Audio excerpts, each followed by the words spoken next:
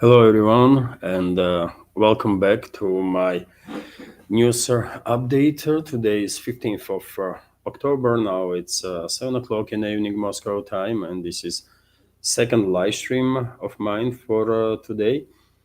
And as always, I have prepared quite a number of news on some major developments that Russian media is focused on, and hopefully you will find this episode informative and useful. And if so, please like the video, share with your friends, leave some commentary. After new segment, if there will be any questions or the comments through super chat on Rumble. I'm streaming on both channels, sir, as many of you know, both for my channels on YouTube and Rumble. So if there will be any super chat on Rumble, I will react on it, or through PayPal or Boosty. Otherwise, I will end the stream after the news segment. And so, yes, let's start, dear friends, without any further delay, this news segment. And unlike today's first live stream, this time around, I will be a little more calmer. I'll try. I will try, dear friends. Members of our community who watched today's first live stream knows what am I talking about. And so, yes, let's start, dear friends, with a quick update on battlefield situation in Kherson direction. There was no reports about some major changes. Russian armed forces still are focused on liberation of islands on the Dnieper River, and they're also on the Karabl district. This one here that you see on your screen, which is a part of Kherson, but as I said, no major developments in that direction. When it comes to Zaporozhye sector, Russian troops are continuing to conduct their offensive operations in direction of Stepnogorsk, and Russian troops already are inside this city, and also in direction of Primorsk. Russian troops already established control over the most southern-western parts of this settlement. Also, Russian troops advancing in the most eastern sector of the most eastern flank of Zaporozhye sector, and are getting closer and closer to this main supply and support line of the Kiev regime for Gulyai Pole. And simultaneously, Russian troops are advancing towards this very main supply and support line in the Dnipropetrovsk region. And for example, today we have reports that Russian troops established control over the settlement of Alexeyevka that you see right now on your screen. Dear friends, significant progress of the Russian troops in this direction, and already over a dozen of settlements have been liberated in Dnipropetrovsk region by Russian forces as a result of these offensive operations in that direction. When it comes to DPR, of course, there is several hotspots right now. One of the main ones is Pokrovsk-Mirnograd agglomeration, of course. And if you take a look at the map, dear friends, just look what is going on around these two major strongholds of the Kiev regime, two towns. Both are in operational encirclement, one might argue. Clearly, an advance of Russian troops continues all along the line of contact, and today we have reports about liberation of Novopavlovka settlement that you see on your screen by Russian forces. This is southern eastern flank of Pokrovsk city, almost in between Pokrovsk and Mirnograd. When it comes to Pokrovsk, Russian troops are also conducting operations inside the city itself, and parts of southern, western, and southern eastern part districts already are under Russian control. Russian troops also are operating on outskirts of Mirnograd, and soon, I guess, battles will begin inside the city, of course, when not just Russian DRGs will operate in the city, but regular forces too. In Konstantinovka direction, there was no reports about some major changes. Russian troops are on outskirts of Konstantinovka, but no reports about some sectoral scale changes in that area. When it comes to Seversk, this morning I read, and Seversk and Liman direction, this morning I read articles that Russian troops further improved their positions in Yampol settlement, which is located in between Seversk and Liman. And I guess Russian troops now mostly are focused on establishing control over the Yampol city to completely cut, basically, any possibilities for Seversk garrison of Kiev regime to receive reinforcement or supply of anything. And after that, I guess we will see further advances of Russian armed forces to completely encircle Seversk. When it comes to Kharkov region, of course, main hotspot is Kupiansk direction, and there are some 60 up to 70% of buildings, by the way, in the city is already under Russian control, according to reports. And I'm quite sure before end of this autumn, Kupiansk will be completely liberated. Also, a number of sources are reporting about further advances of the Russian armed forces in Volchansk direction, in the city of Volchansk itself. This is, of course, the most northern part of Kharkov region. And when it comes to Sumy region, today I have not seen no reports about any major developments in the area of Russian breakthrough or in area of buffer zone that Russian armed forces are creating in the most northern part of Sumy. So that's about it. That's about it for this moment, for a short update on situation on the battlefield. Yet again, unlike Western reports, by the way, that are constantly focused on false narratives that there is a stalemate on the line of contact, members of our community and people that are paying close attention to alternative media know perfectly well that Russian armed forces advancing literally on daily basis. And I just reported a minute ago about two more settlements, one in Dnipropetrovsk region and another in the DPR that was liberated by Russian forces. That's been said, let's continue with some other news now. If I may, I will shut down this map and I will continue with this report about statements of a Russian foreign minister in regards to Ukrainian crisis, relationships with the US and so on. And the headline on RIA Novosti, this article says that Russia is awaiting the US response to results of the Alaska talks. According to Lavrov, let's go into details here.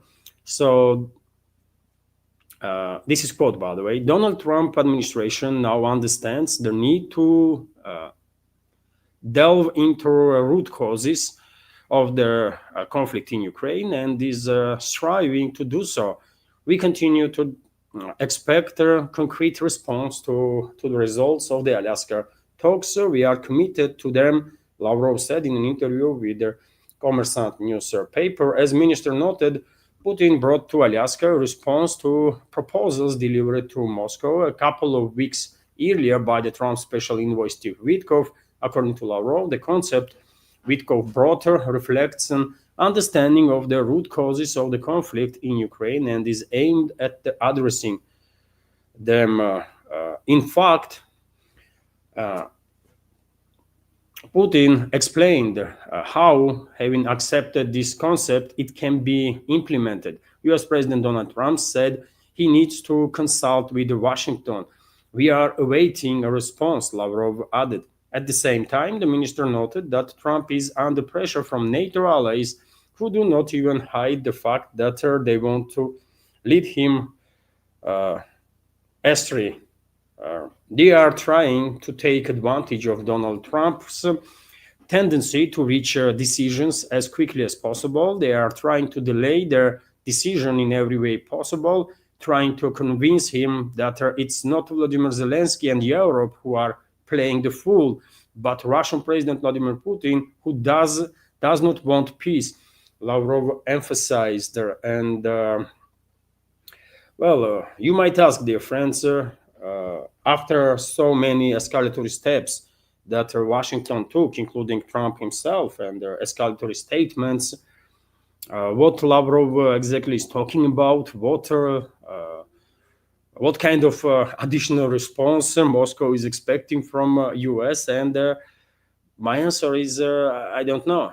I don't know what Lavrov is talking about. I think Washington already make it as clear as possible that they are not interested in the escalation with Russia. They are not interested in pulling out US from this proxy war against the Russian Federation, and that's it, really. I don't even know what to add to this. Hopefully, Lavrov himself understands what he's talking about there, right? Hopefully, he does. But this is not all, dear friends. RIA Novosti is also reporting that Russian Foreign Minister stated that Russia has requested a comment from the US on the transfer of intelligence data to Ukraine. There is a lot being written, and not all of these bell-ringing reports are confirmed.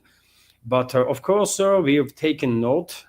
I've instructed my staff to ask the Americans to comment on these Financial Times reports. He said in an interview with the Commerçant newspaper, Lavrov clarified that response from American side has not yet been received. The diplomat also commented on a possible supply of Tomahawk missiles to Ukraine, emphasizing that this would cause colossal damage to the prospects for normalizing relations between Russia and the United States. We did not request a meeting to convince the US administration that this is a very dangerous step. We assume that the people there are smart and experienced, and they understand this perfectly well, as this would take the situation to a completely different level. No one in there denies that only military personnel from the country of origin can operate such a system, Lavrov said. And okay, by the way, okay, you remember a couple of days ago there was a report in Financial Times, isn't it, that US intelligence were directly involved, basically, in all those strikes deep inside the Russian Federation, especially on energy facilities that formerly Kiev regime was conducting, but in reality, NATO. And well, Lavrov said that Moscow asked Washington to clarify these reports, and of course, Washington not going to clarify nothing. They did not even responded, according to Lavrov himself. And also,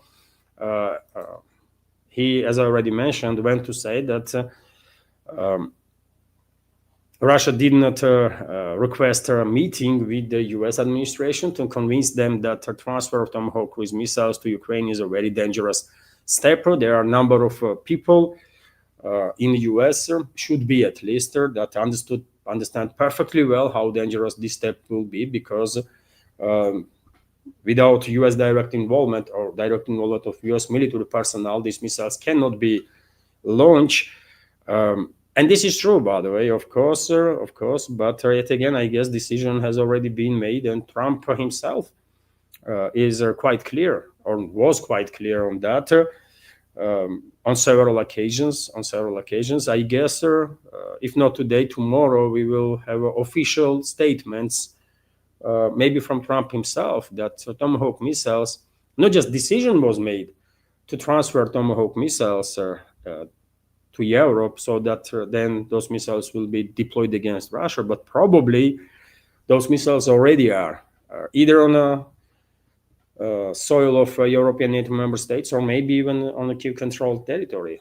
We don't know, but tomorrow, as you know, dear friends, Zelensky will meet with Trump in Washington, and after that meeting, or maybe even during that meeting, during this short episode when both will talk to press, we will hear some statements about the Tomahawks. Of course, I will report on that, whatever statement is going to be made, and I will share with you my personal opinion on the matter. But at this point, that's where we are standing. This is the statements of Lavrov.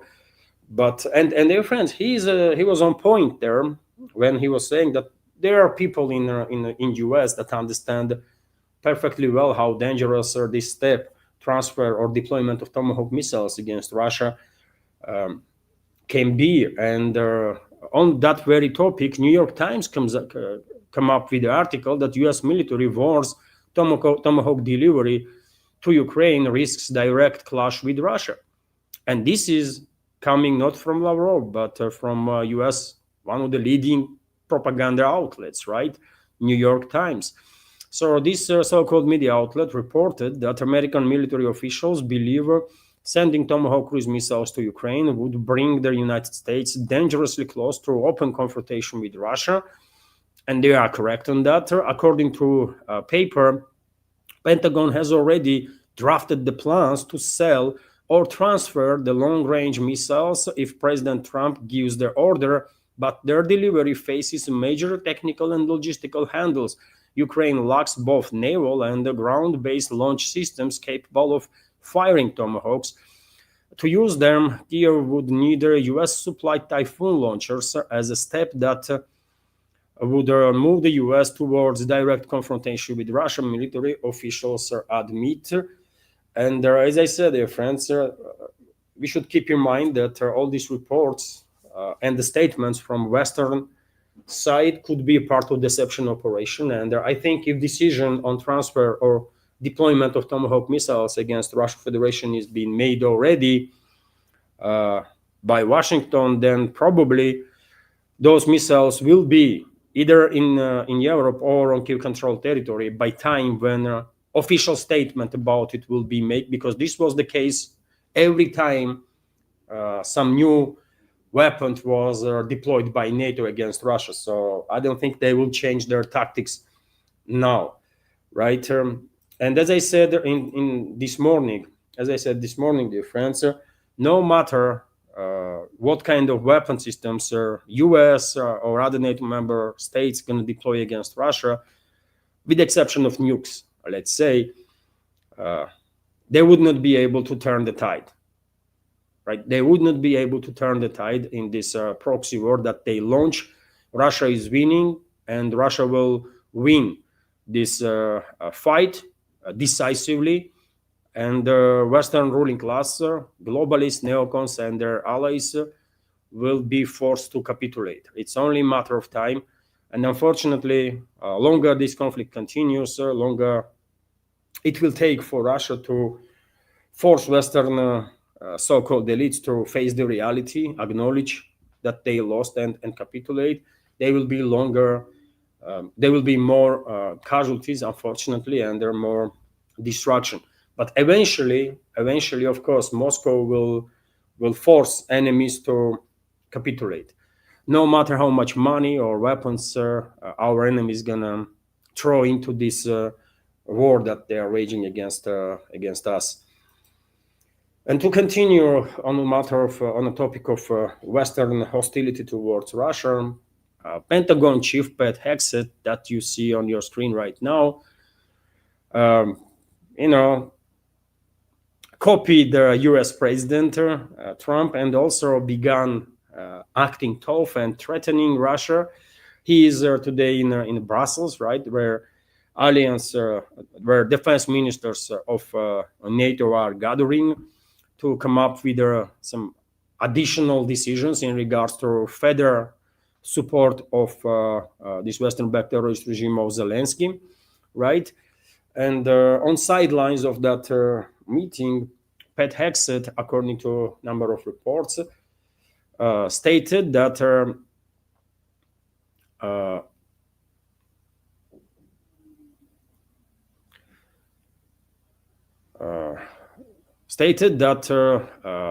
he issued additional threats towards Russia, and stated that if conflict in Ukraine does not move towards the end, the United States is prepared to take action against the Russian Federation. He also stated that Washington and its allies will take the necessary steps to impose a cost on Moscow. And well, I mean, at this point, I don't even know, should I react on these threats, threatening statements from Western representatives of the Western governments, or should I ignore it? Because every day, dozens of officials among in NATO countries are literally directly threatening Russian people, right?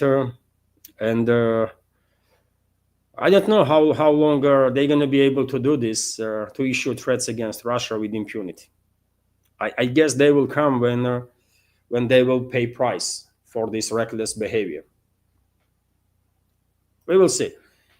But he also, Pect Hexet, also went to call NATO to increase arms purchases in the interests of the prolongation of this proxy war that West is waging against Russia. United States is calling on NATO partners to increase arms purchases for the Ukrainian armed forces. Pentagon Secretary Pete Hegseth stated, now it is a time for all NATO countries to move from words to action, increasing investments in the Pearl mechanism and strengthening support for Ukraine, he said after the North Atlantic Council meeting at the level of defense ministers. And I have a short clip of his statements, dear friends, that I can share with you right now.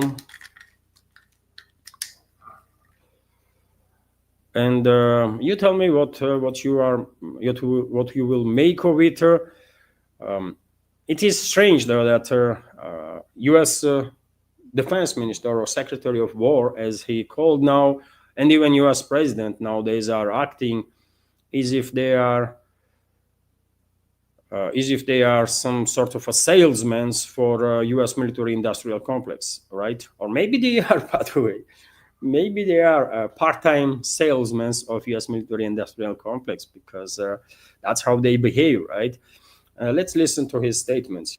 That, of course, is Pearl, is the initiative where European countries buy U.S. weapons transferred to NATO for the fight in Ukraine to bring peace to that conflict. And if there's anything we've learned under President Trump, is the active application of peace through strength.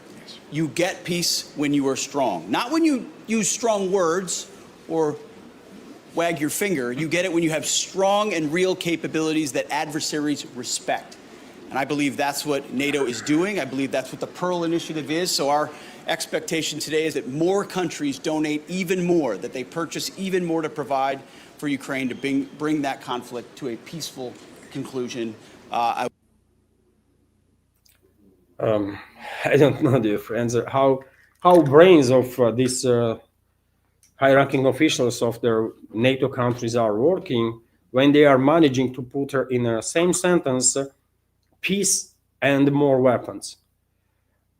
Something is clearly wrong with these individuals. Something is clearly wrong with these personalities, man. And yet again, it is a shame that U.S. high-ranking officials are acting as weapons dealers, basically, not as statements, but as weapons salesmen on behalf of a U.S. military-industrial complex. This is clearly not normal, and maybe one day U.S.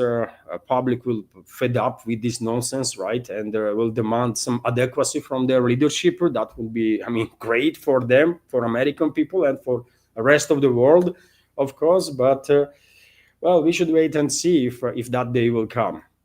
We should wait and see. But well, this is not all, by the way, when it comes to Western hostility towards Russia, because a Secretary General of NATO, I guess to please his American colleagues there, went to state that NATO already spend $2 billion to purchase U.S. weapons and transfer those weapons to the regime, and more money is on the way. More money is on the way. I think I have a video of his statement on this matter, and I can share this short clip also. I mean, this is daily stuff. This is daily stuff. No matter how much Russian leadership would love to see some de-escalatory steps from the West, in reality, all we see is escalation. All we see is escalation, day in, day out. And this is the statements of Rutte. Continues to help Ukraine defend itself.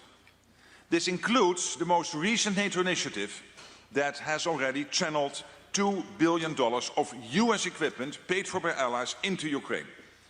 And there's more to come. Our support is putting pressure on Putin today. And our support to help Ukraine strengthen its own capabilities for the long term will help deter any Russian aggression in the future. And this clearly contributes to our own security too. This concludes this part of the meeting. I want to thank the media for joining us, and then we will continue in a closed session. But to the media, thank you. We'll meet later at the press session. You have heard yourself. Rutte is bragging about more and more money being allocated to further prolong this proxy war and allocated to mainly U.S. military-industrial complex. So this will make happy, of course, Trump and Hexet and all the other salesmen, weapon dealers, right, from the U.S.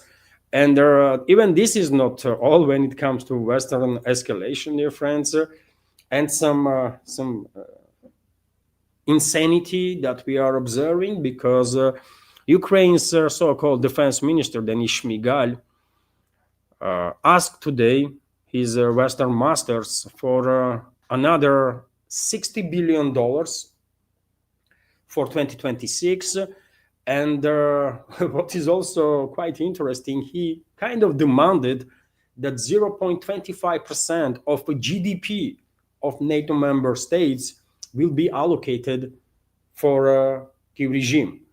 Can you imagine that? How emboldened these terrorists in Kyiv are, that they are now, and emboldened by the globalists, by the way, obviously, right? They're direct masters, that they are now demanding from NATO member states that they will provide the Kyiv regime with 0.25% of their GDP, right?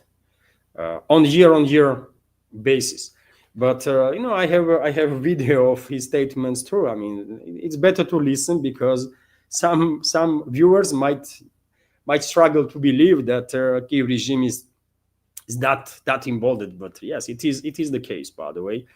They are not shying away to demand more and more money, by the way, and why would they, when every time they ask for tens of billions of dollars, they are getting these tens of billions of dollars, and Zelensky and his criminal associates on this war, by the way, on blood of hundreds of thousands of people, did become filthy rich, isn't it? And their Western masters too, because it's a biggest money laundering operation, one might argue, ever created by humans, this Ukrainian crisis.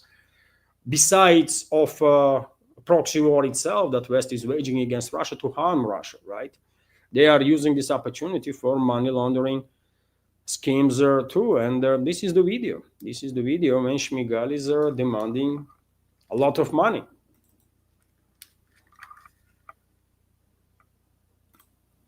I'd like to add a few words on our overall defense needs for 2026. We estimate them at $120 billion. Ukraine will cover half, 60 billion, from our national resources. We are asking partners to join us in covering the other half. The most effective path to meet this need is for our European and non-European partners to dedicate no less than 0.25% of their GDP to military support for Ukraine. If the $60 billion target is out of reach for Europe, for non-European partners, then the only remaining solution is a loan backed by frozen Russian assets, so it can be used to fund Ukraine's armed forces and their requirements. Why does this matter for all of us? Because together we are moving toward a new European defense architecture, and Ukraine's army today is the most experienced and capable in Europe. The technologies we are developing now, drones, interceptors, long-range strike systems, will strengthen Europe's resilience for decades. Colleagues, it would be a mistake to believe that peace is already near. The war continues every day in our strikes and in our... To each of you for your... Okay, you have heard, dear friends, he is demanding $60 billion and no less than 0.25% of GDP of collective West countries to be allocated on year terms for Zelensky and his criminal associates, which is insane, by the way. Can you imagine how much 0.25% of German GDPs or US GDP, for that matter, or Italian GDP, or UK GDP? But these countries, most of the Western countries, by the way, are struggling to provide financing to social programs in their own countries, right? To invest in infrastructure and to do some good stuff for their own people. And globalists did manage to involve these criminals in Kiev so much so that the Schmigel is going into Europe and openly says, you know what, give us more, man, 60 billion now, and you know what, this is not enough. We need 0.25% of your GDP every freaking year from now on and forever. Wow, that's quite something, man, quite something. And they might get it, man. They might get it because, yet again, until Russia will force globalists and their globalist allies, that is neocons and all the others, to acknowledge that they lost this proxy war against Russia, they will continue to fuel this conflict, isn't it? And therefore, they will force these regimes all over the Western world to allocate as much money as they will find necessary for prolongation of their conflict. And as long as there is anybody left on Kiev-controlled territory, by the way, to be forcefully mobilized and thrown into tranches, this process will continue, unless Russia will force them to back down. And we all understand this, isn't it? We all understand this. And well, on this very topic, dear friends, we have this report that Sikorsky, foreign minister of Poland, went to say that West must bankroll Ukraine for at least another 3 years. So clearly, there is not even intent on part of globalists and their allies to de-escalate anything, isn't it? And let me give you some details from this report on RT.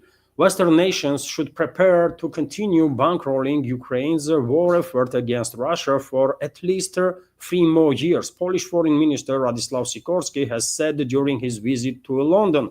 And during this visit, by the way, he brought with him Geraint drone, or at least it looks like a Geraint drone, right? You can see on your screen right now some pictures of it. I don't know why he needed to bring Geraint into British Parliament, right? Because we all know that British aristocracy, British royal family, that is in charge actually in the UK, they are driving force, and British political class that is controlled by this British aristocracy, they are driving force, most powerful force behind the globalism, right? And I don't think Sikorsky needed, or globalists need any lecturing from Sikorsky about anything, right? Sikorsky is working for them.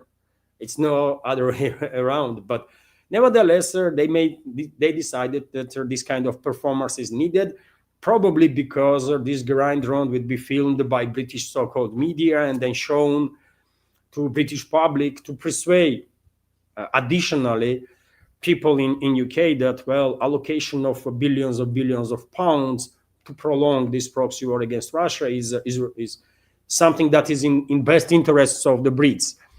And unfortunately, majority of Brits probably buy into this crap, right? But anyways, let me continue with this report here. Sikorsky, a long-time advocate of hardline policies towards Moscow, made the remarks on Tuesday while discussing the so-called drone wall, a proposed European network of air defense and surveillance systems to counter alleged Russian threats. Speaking to reporters, he claimed that sustained Western aid could put pressure on Russian President Vladimir Putin. And we have a quote here: Ukrainians are planning this war for 3 years, which is prudent, Sikorsky said, and we must convince Putin that we are ready to stay the course for at least those 3 years. He added that the West's priority should be ensuring Ukraine has the resources to maintain its state institutions, army, and defense industry, claiming that then Russia can be made to change course. Okay, nothing extraordinary there, nothing really new. Just additional confirmation that globalists that Sikorsky is working for have no intention to de-escalate with Russia, and additional indicator that if Russia would not force globalists, Western so-called elites to face the reality and back down, and this can be done only by force, by the way, because this is the only language they understand, force, right? Until Russia will force them to back down, this proxy war, unfortunately, will continue. And if at some point, in a year from now, or 2 years from now, or 3 years from now, there will be no one left on the Kyiv-controlled territory to be forcefully mobilized and thrown into trenches, well, globalists will sacrifice some other countries, by the way. They will sacrifice some other countries. They are already preparing Finland to be sacrificed. They are preparing Poland too, by the way, in a number of ways to be sacrificed. They are preparing Baltic states to be sacrificed. They are trying to sacrifice Georgia, and that's why Western so-called elites are destructively trying to orchestrate regime change there in Georgia. And London clearly plans to sacrifice Azerbaijan too, for example, right? And that's one of the reasons why London used its authority, its influence on Azerbaijani leadership to basically force it to escalate with Russia on unprecedented scale. And that's exactly what Azerbaijani leadership did, unfortunately, right? So there are quite a number of countries, and this is countries that are actually bordering Russia, but globalists and Western so-called elites, I mean, they can go further than that. They will sacrifice literally everybody, right? Literally everybody to reach their goals, because they have no care about people. Neither on Kyiv-controlled territory, of course, they have no care about Russian citizens. They have no care about anybody, even in the Western countries. And this is factual, by the way. This is factual, right? Anyways, let's continue. And when it comes to this Western hostilities towards Russia, I just mentioned a number of countries that West is preparing or attempting to prepare for sacrifice, right, to be used as a weapon against Russia. And I didn't mention Moldova, although, of course, West is actually working Moldova to be sacrificed too, together with Romania, by the way, if it becomes necessary for them, right?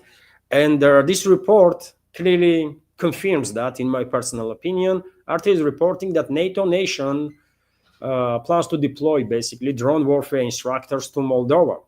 So Britain, as I said just a few minutes ago, main driving force, most powerful force behind the globalism is a British aristocracy, right? And the British political class that is serving this British aristocracy. And it is UK, of course. Whenever you dig in, by the way, whenever you see any anti-Russian movements are happening anywhere close to Russia, you dig in, you will see London. You will trace the processes to the London, right? This is always the case. And yet again, Britain will send the counter-drone warfare instructors to Moldova. The UK Ministry of Defense announced on Tuesday ahead of a meeting of NATO defense ministers in Brussels. The former Soviet Republic, which has formally applied to join the European Union, adopted the new 10-year military strategy earlier this month. The document prioritizes deeper integration with NATO and identifies Russia as its primary external threat. The Kremlin has warned that Chisinau, or Chisinau, by the way, capital of Moldova, Chisinau's confrontational stance towards Russia is miscalculation. According to MOD, British MOD, by the way, UK MOD, British experts will help train Moldova's armed forces in the counter-drone tactics. All through, no further operational details were provided. Most of the UK announcements are focused on its ongoing efforts to develop new combat drones and increase deliveries to Ukraine to fuel its war efforts against Russia. So, well, Moldova is clearly on the path, isn't it? Clearly on the path to get sacrificed, right? And maybe Moldova will be next after Ukraine. And most likely this is going to be the case, right? And after all, for a reason, I have said quite a number of times that in 5-10 years from now, I don't see Moldova on the political map. This creation of Bolsheviks, and it is a creation of Bolsheviks, by the way. Moldova was not existent, right? In history, this republic was created by Bolsheviks. The land was taken from Romania and transformed into a Soviet republic. So it's artificial creation and will disappear from the political map. And we have lots of indicators that this is exactly the case. But well, UK will only accelerate these processes right there. And also on the topic of Western aggression, you see, dear friends, since the beginning of this live stream, and unfortunately this is the case almost always, how many news was about hostile steps, hostile statements, hostile policies of the Western countries towards Russia. And somehow Western propaganda continues to push this false narrative and lie to the public in the West that it's Russia that is aggressive, right? It's Russia that hostile. And many people are buying into this nonsense, tragically. Many people in the West are actually buying into this nonsense. But then another news, by the way, is also about Western hostilities, right? And for example, Norway will allocate $8.5 billion to Kyiv regime in 2026. The Norwegian authorities went to allocate nearly $8.5 billion to Ukraine in 2026, of which $6.9 billion will be for military expenses. The Norwegian government reported. In addition, Oslo plans to allocate another 2 billion kron, or nearly 200 million, for a new joint military aid package to Ukraine from NATO countries. Okay, I mean, what can we do about it, isn't it? But just highlight, I guess, just keep in mind that all these countries, or leadership of these countries, are hostile, cannot be trusted now or ever, right? And protect ourselves as much as possible. That's all we can do, actually, right? And this is also not all. When it comes to Western hostility, we have this report from Vzglad newspaper that UK supplied Ukraine with 85,000 attack drones in 6 months, right? So UK has accelerated production and deliveries of more than 85,000 military drones to Ukraine in just 6 months of 2025. UK supplied Ukraine with this number of military drones in the first half of the year. According to UK government website, their 600 million pound investment enabled their delivery of FPV drones used for strikes and recognition. The document notes Defense Secretary John Haley stated their dangerous escalation in Ukraine and Europe must be met with their increased drone production and stronger NATO air defenses. London and Kiev also partnered to develop their Octopus interceptor drone. And their dear friends, I mean, 85,000 FPV drones attack drones were transferred to Kiev in just 6 months of this year by UK alone, right? Overall number of weapons that was given to this Western-backed terrorist regime of Zelensky since the beginning of this conflict is tremendous, isn't it? And we all understand that these weapons kill Russian citizens, isn't it? we all understand that these weapons were used to kill Russian citizens, Russian civilians, and Russian militaries, right? And we should all understand that they will come for revenge, because I mean, we have to keep it real, isn't it? We have to understand that there is no way Russia will forgive or forget, right? This crime that was committed by NATO countries against Russia, and I hope societies in these Western countries do understand that they will pay for it, right? Retaliation is coming, one way or another, today or tomorrow, or in 5 years from now. But retaliation is coming, and no one should then say that Russia harmed them for no reason, because Russia has hundreds of thousands of reasons to strike back, and strike back hard. Facts, right?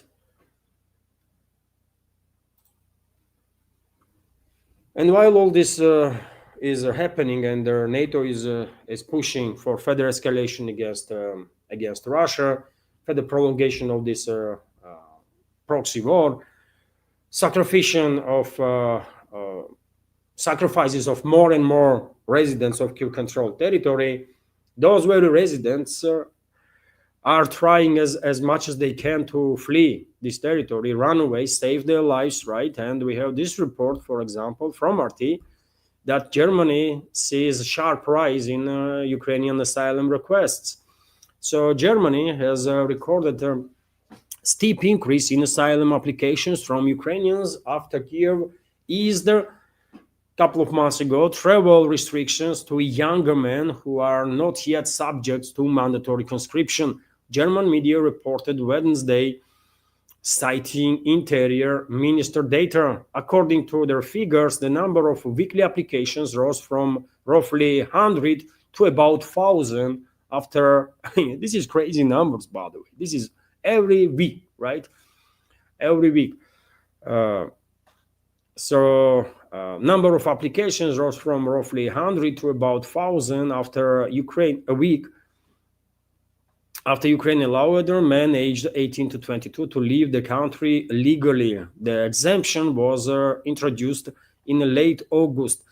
Spokesman for the German Interior Ministry told the Funke media group that Berlin could not yet determine whether their spike represented their temporary development.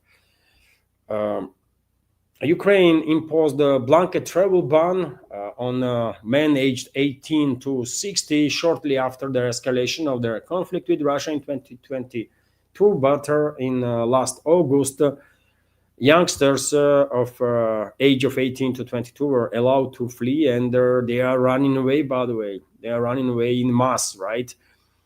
And just in Germany, every single week, 1,000 applications for asylum, and we should understand that not everyone is applying for asylum, right? So I guess quite a lot of youngsters did run away from Kyiv-controlled territory, and they made the right decision to do so. They made the right decision to do so because, according to many reports, by the way, it's only a matter of time when Kyiv regime will begin forcefully mobilize teenagers also.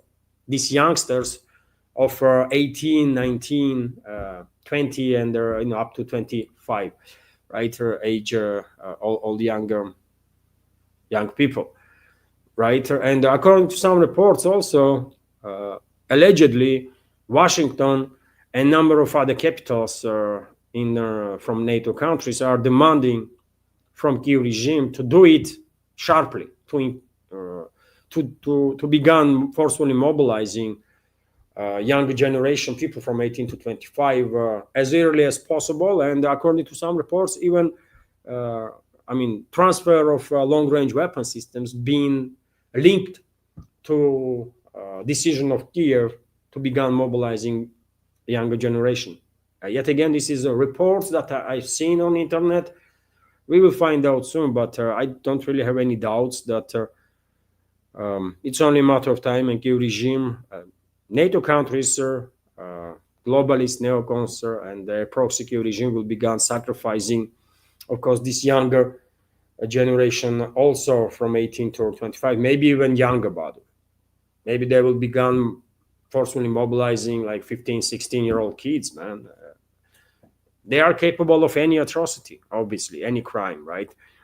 And that's being said, dear friends, before I continue, at least for potential new members of community, let me notice that you can support my work. You can support this a project or independent project from Russia, media project, through several means.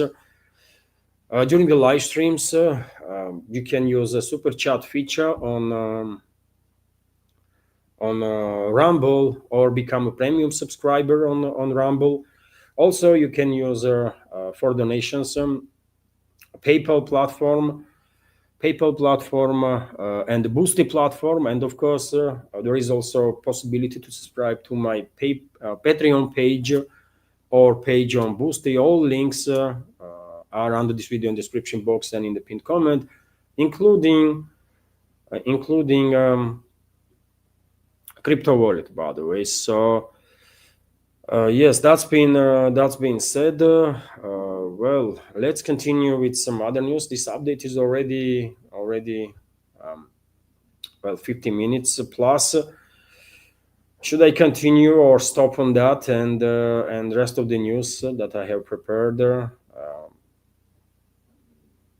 Well, I can report about those news tomorrow in the first update. I don't know, dear friends. Let's continue.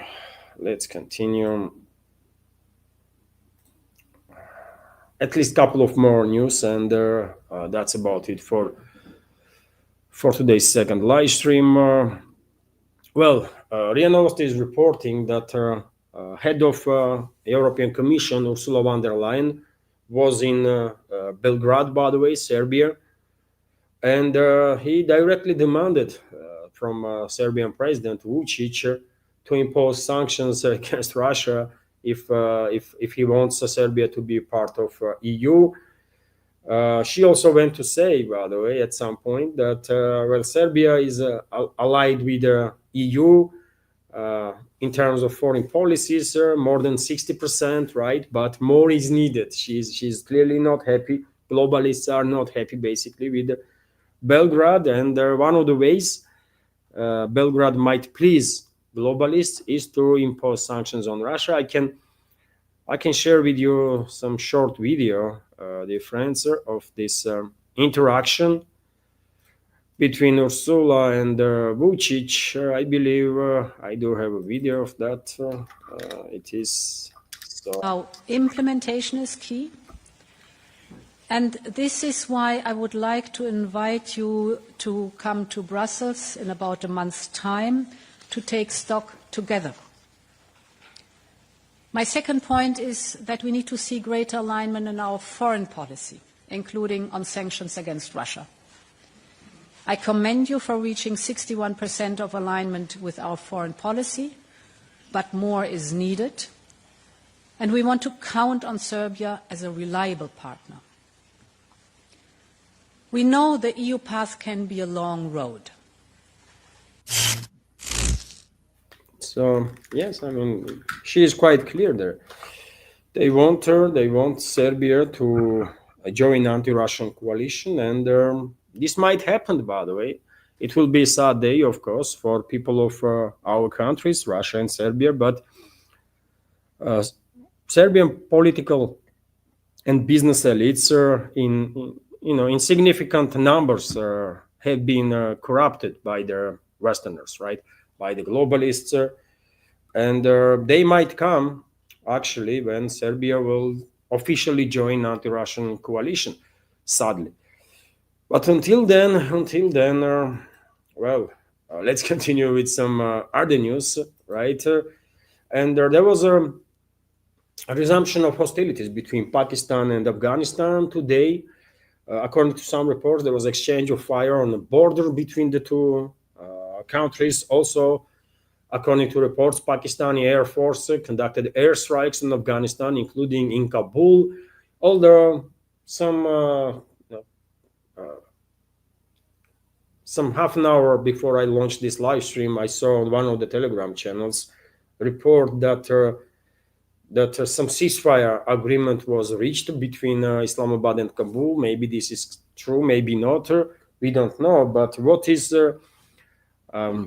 most likely the truth is that this escalation between two countries is provoked by US.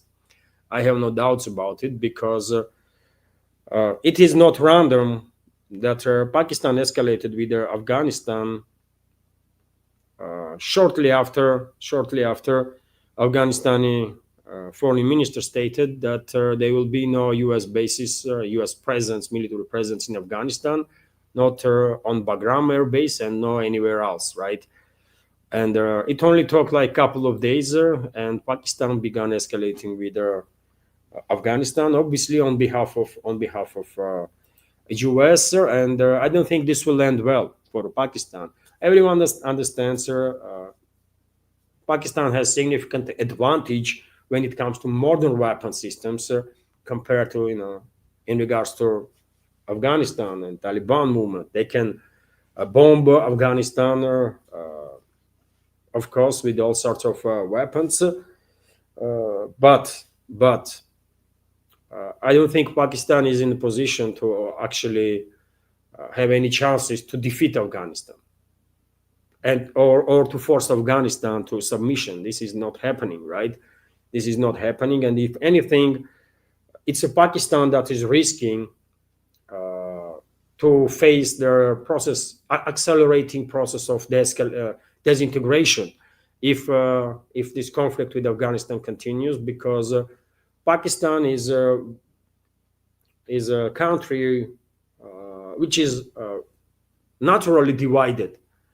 This is artificial creation of British Empire, right? Pakistan, that never existed as a separate country, and Brits basically united in this under the umbrella of Pakistan numerous number of different groups, right? Pashtuns, Belujis, and others, right?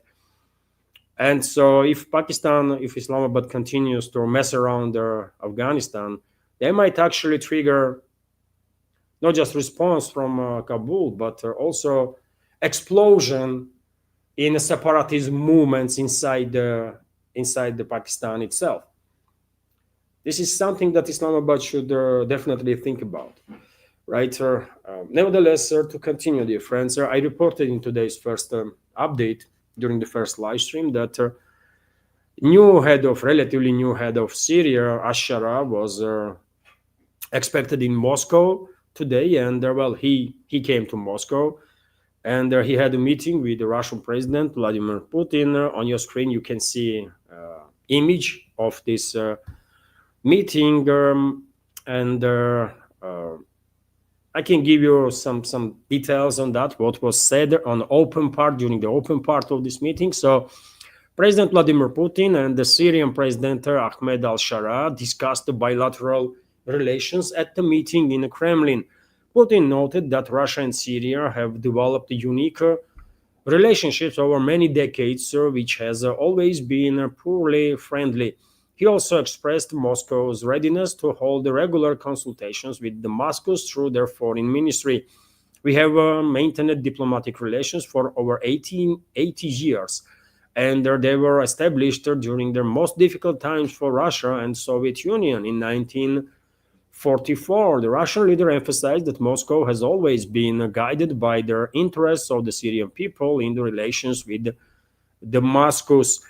Moreover, Putin called their holding of parliamentary elections in the Arab country a great success. This leads to consolidation of society, and despite the fact that Syria is currently going through difficult times, this will nevertheless strengthen ties and interaction between all political forces. For his part, al-Shara stated that Syria will strive to rebuild its relations with Russia, focusing on stability in the country and the region. He noted that there are two countries are linked by significant bridges of cooperation, including material ones. The head of Syria also thanked Putin for the reception and called the visitor Syria's. Okay, by the way, okay. You know my attitude towards Syrian regime. Negative attitude is negative, clearly, right? I am not happy that Russian president wasted the time to have a meeting with this element, Ashara. But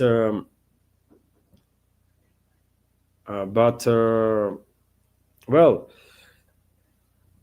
well, it is what it is, man. We should keep in mind that Putin was correct while saying that Russia and the people of Soviet Union, people of Russia, and people of Syria have a long-standing relationship, right? Friendly relationships, by the way. There was no hostilities between Damascus and Moscow, and maybe calculus of Russian leadership now is that, you know what, regimes are coming and going, but people are staying, right? So therefore, we just have to, acknowledge objective reality today. This is the regime there, ruling regime, right? And it's counterproductive to ignore it, right? Maybe this is the calculus, alongside some other also important topics. One of them being, Russia still has military bases in Syria, right? And on top of this topic, dear friends, Deputy Prime Minister of Russian Federation, Novak, Dmitry Novak, isn't it? Novak is Dmitry, his name. Anyways, Deputy Prime Minister Novak stated that Russia can provide energy and transportation support to Syria. Russia ready to help develop oil fields in Syria, which is quite interesting. Those oil fields are controlled by Kurdish forces and US militaries, by the way, still to nowadays. And Russia will convene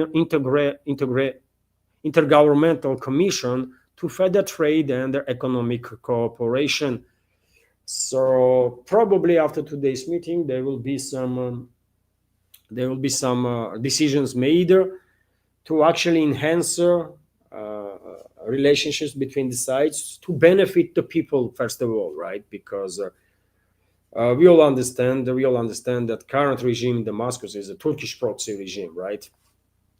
Turkish proxy regime, and hardly anybody in Moscow really believes that either this regime will maintain its power for much longer, or actual true trustful relationships can be built with this regime, right? But at some level, there might be some contacts, some cooperations. Russia might provide some investments, some technological support, which will benefit people yet again, right? So these relationships at this point mostly is on the humanitarian part, right? And even when Deputy Prime Minister Novak is saying there that Russia will help develop oil fields, gas fields, and so on. I mean, this is just a statement, I think, because I don't think Kurdish force is gonna allow either Damascus or Russian side, for that matter, to get anywhere closer to those oil and gas fields, right? And when it comes to Russian assistance to Syria in transportation and energy, maybe this is exactly the humanitarian direction. Russia can transfer some, I don't know, man. Russia can do something positive, I guess, but in general, I'm not happy that Moscow is in a position to deal with these elements right now that are in charge of Syria, man. What can I say, right? These are assets of this Ashara and all the others. There are assets of Turkey, assets of directly or indirectly assets of the West, and it is what it is, man.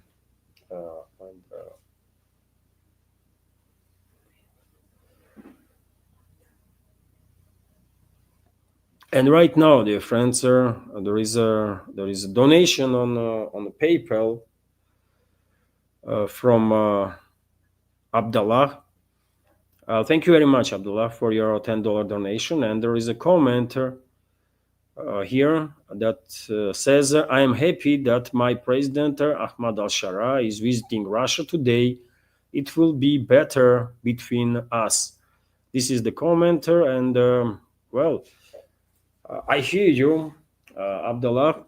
Thank you for your support and for sharing the information. You seems like are more optimistic, clearly, in regards to current regime in Syria. I'm not that optimistic. Time will tell. Time will tell what is going to happen. But well, these people were used to destroy Syria, in my personal opinion. Ashara and all the others, right? Hundreds of thousands of people being dead there.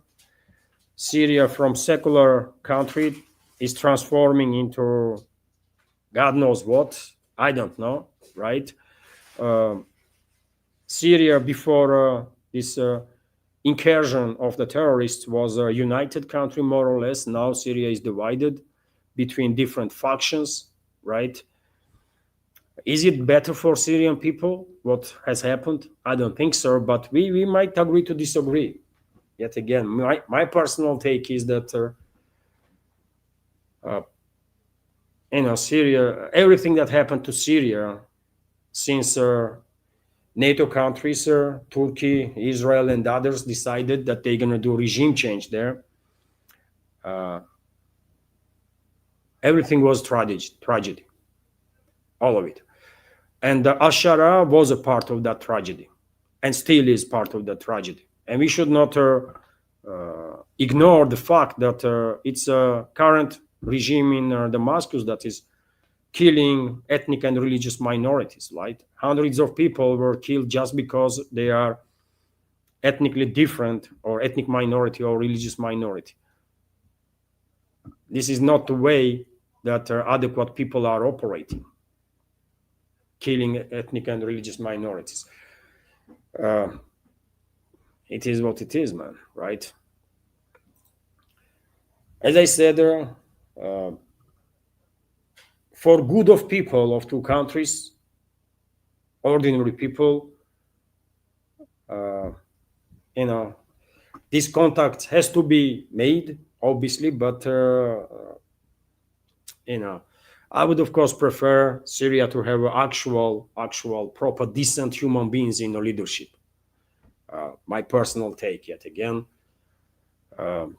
I don't believe in reformed terrorists, by the way, and mass murderers. I just don't believe this is possibility. Right? Terrorists are terrorists forever, period. And no matter how much Western so-called elite is going to try to whitewash this Al-Qaeda terrorist, Ashara, is still a terrorist, right? He's still a terrorist. His hands still in blood, isn't it? And how many civilians he killed? How many civilians died as a result of terrorist activity of Al-Qaeda, ISIS, and all the other these jihadist groups, terrorist groups that were fighting on behalf of Israel, on behalf of Turkey, US, UK, and others to destroy the country that Ashara now claims to love. Yes, he loves Syria, of course, and Syrian people. And that's why he destroyed it. Or he helped to destroy it. Come on, man. But anyways, I do understand that opinions can be different, and I'm all for closer ties between the people and good relationships between the people of the country. But people always stay, so we should be focused on that. Also, dear friends, I think this is interesting, important news that pair of US B-52 B-52 bombers were doing some strange manners today off coast of Venezuela. They were approaching Venezuelan coast, turning around and then approaching again. Transponders were on, so therefore these movements were detected on flight radar system, right? And many commentators on internet are sharing opinion that most likely this was exercises that was conducted by U.S. military for to launch cruise missiles in the direction of Venezuela. And of course, it is only a matter of time, and U.S. assault on Venezuela will become a reality. And I don't think anything or anybody can stop this from happening. Now, U.S. has in place strike group. They are already training in launches of cruise missiles. Based on reports that I have seen right now, U.S. strike group in the region is quite capable of launching. I think like 100, potentially 150 Tomahawk cruise missiles at once, right? This number might grow significantly if U.S. will divert towards Venezuela its strike submarines, its attack submarines, right? And also we should keep in mind that U.S. can launch a numerous number of bombers, by the way, right? Towards and refuel them in air if necessary. Overall, Venezuela will face a tremendous volley of missiles when this strike will happen. And as I said many times before, I don't think there is any technical or military issue that U.S. cannot overcome to conduct decapitation strike. Of course, U.S. can take out regime in Venezuela. Let's be real here. Of course, U.S. can do this, but question is, what would the Venezuelan people will do?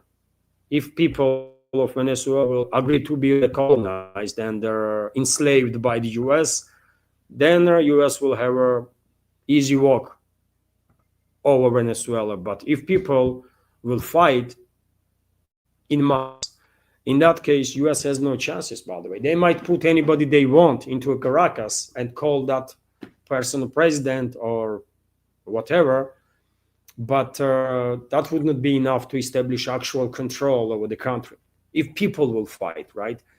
And we will find out soon what the decision of Venezuelan people is be, right? Because it seems absolutely inevitable that U.S. will launch strikes on that Bolivarian Republic in relatively short time. Also, Armenia does make headlines again for all the wrong reasons. Armenian law enforcement have detained the bishop and 5 other clergymen, as well as the several other people, aimed at deepening standoff between the Prime Minister of Armenia, former Soviet Republic, Nikol Pashinyan's government, and the Armenian Apostolic Church. The detention of the Bishop Maktik Prosyan, head of the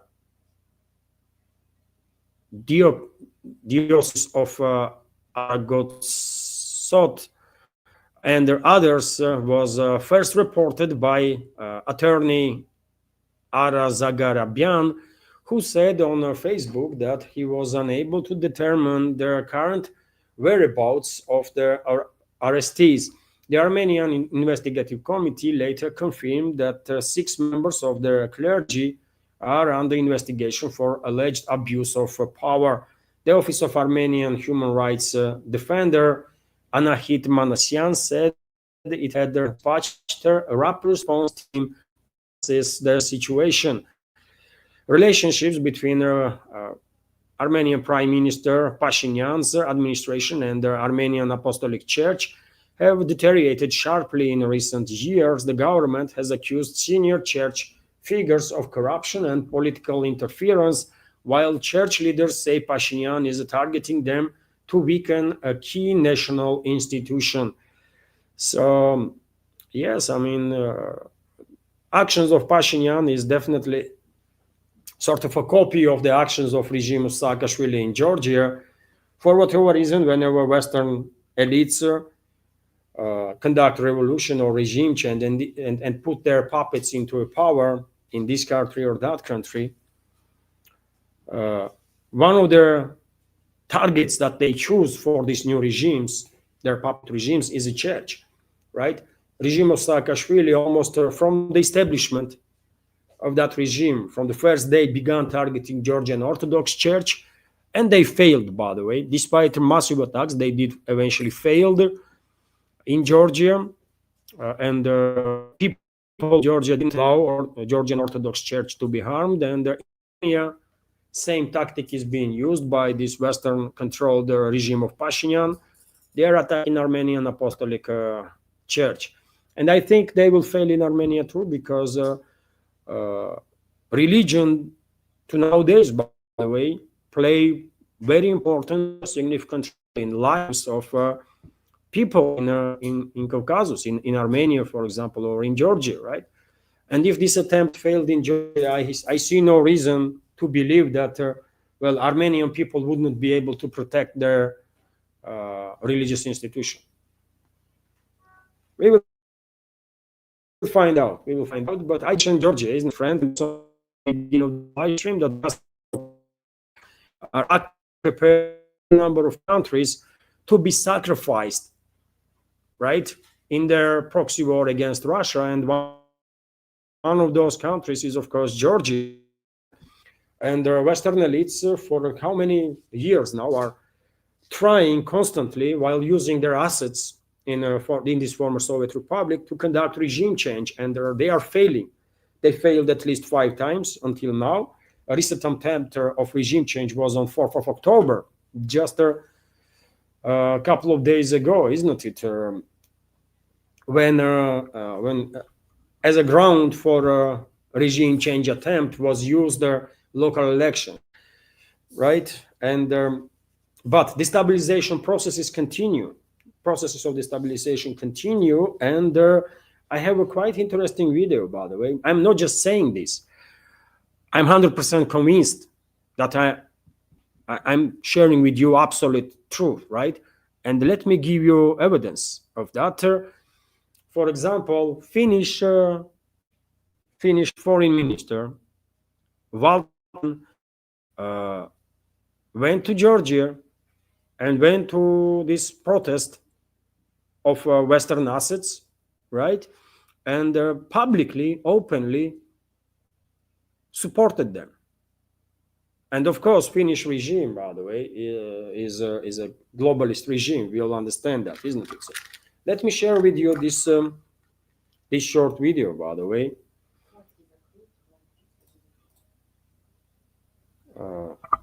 Is there sound issues? Okay, I will deal with this.